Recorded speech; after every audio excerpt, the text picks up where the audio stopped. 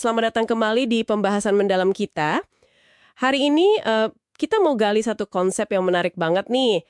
Dari materi yang Anda bagikan, kutipan dari buku The Silva Mind Control Method.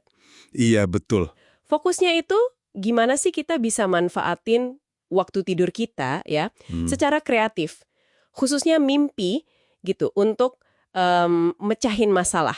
Betul sekali. Pernah kepikiran nggak sih jawaban masalah itu bisa muncul pas kita lagi tidur? Nah, ini ada teknik namanya kontrol mimpi. Mari kita lihat lebih dalam. Tentu. Ini sebenarnya eksplorasi potensi pikiran kita yang ya seringkali belum tergali pas kita tidur. Idenya itu kita bisa secara sadar semacam memesan mimpi gitu. Bukan cuma sekedar biar ingat mimpinya apa, tapi juga biar dapat wawasan atau ya solusi buat masalah spesifik yang lagi Anda hadapi. Oke. Memesan mimpi ya. Menarik banget konsepnya. Di buku ini kan dibilang kita bisa latih pikiran kita buat inget mimpi. Bahkan lebih jauh lagi kita bisa kayak ngajuin pertanyaan atau masalah gitu ya sebelum tidur, terus minta mimpi yang isinya solusi. Iya, persis. Ada cerita menarik tuh dari penulisnya sendiri, Josie Silva. Dia menang lotre katanya.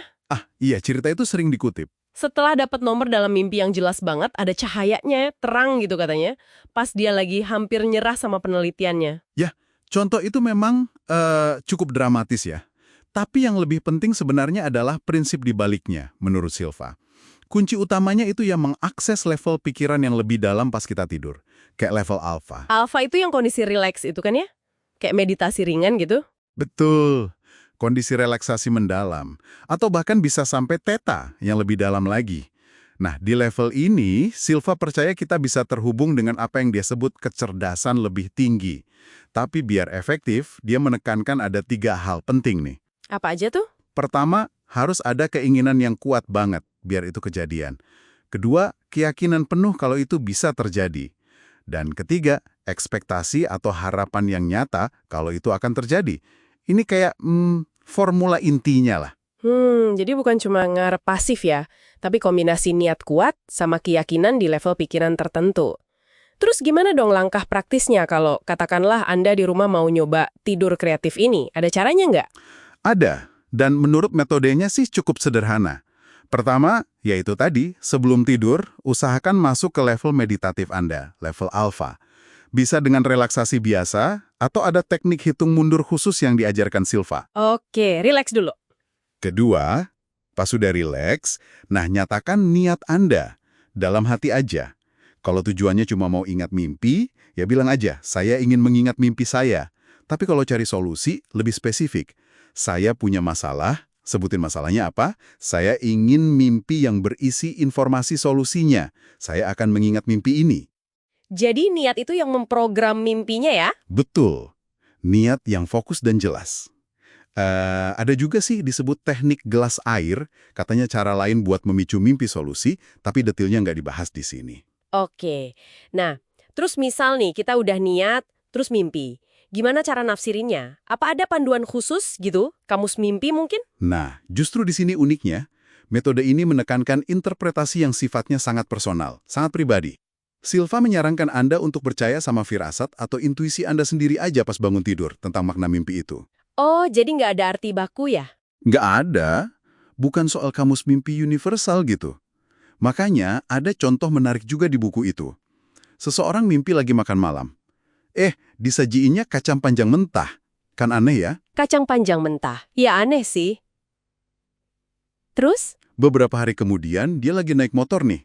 Terus dilihat ada truk bawa kacang panjang. Dia langsung ingat mimpinya itu. Terus kayak ada naluri gitu nyuruh dia pelan-pelan. Wah, terus? Ternyata benar aja. Pas di tikungan depan, ada tumpahan kacang panjang di jalan, licin manyet. Dia sempat selip dikit, tapi karena udah pelan, ya nggak apa-apa.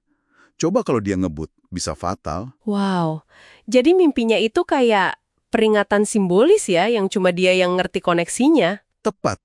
Makna itu muncul dari koneksi pribadi kita sama simbol di mimpi itu. Firasat kita pas bangun.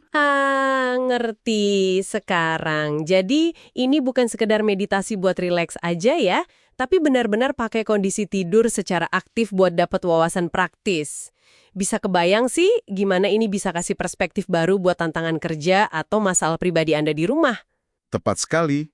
Intinya yaitu, sumber yang Anda bagikan ini menyajikan gagasan kalau pikiran kita, bahkan pas tidur, itu punya kapasitas yang luar biasa loh.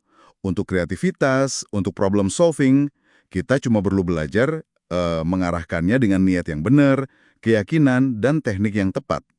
Ini soal ngebuka akses ke sumber daya mental kita yang mungkin selama ini kita abaikan pas lagi tidur. Oke, sebagai penutup nih mungkin sebuah pemikiran ya untuk Anda bawa pulang dan renungkan. Bagaimana kalau seandainya solusi yang selama ini Anda cari-cari itu sebenarnya udah ada di dalam diri Anda, udah ada di pikiran bawah sadar Anda, dan mungkin cuma nunggu pertanyaan yang tepat Anda ajukan sebelum Anda tidur malam ini.